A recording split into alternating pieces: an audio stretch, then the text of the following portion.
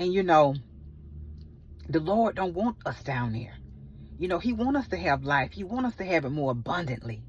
That is the Lord's hope for us. That is what he want for us. But you know what, family? That is what he's saying now, in us being real with ourselves. We got to want it for ourselves. He can't just want it for us. We got to want it for ourselves. And by wanting it for ourselves, family, we got to partner with him in order to get it. We can't play both sides. We can't play both sides at all.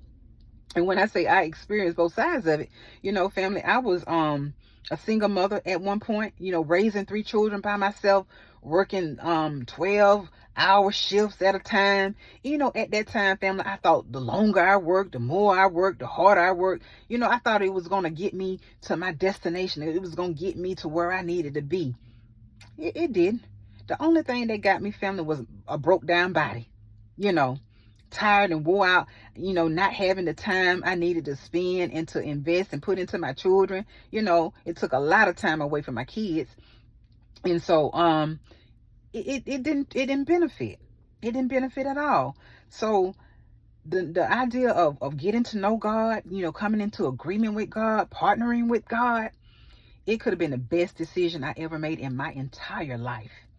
So I want to give hope to someone on this morning, to a single mother, whomever, someone that is out there struggling, whoever going through, you living paycheck to paycheck. I've been there too, trying to make ends meet, trying to do this, trying to do that. The Lord is saying to cast all his cares upon him because he cared for us.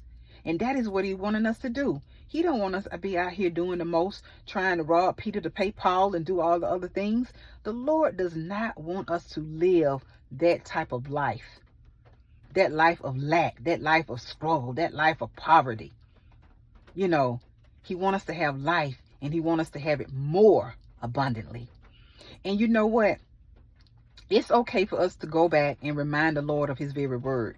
That is why he gives us his word. That is why he wants us to read the word, so that we may remind him of what it was that he said, because he can't lie.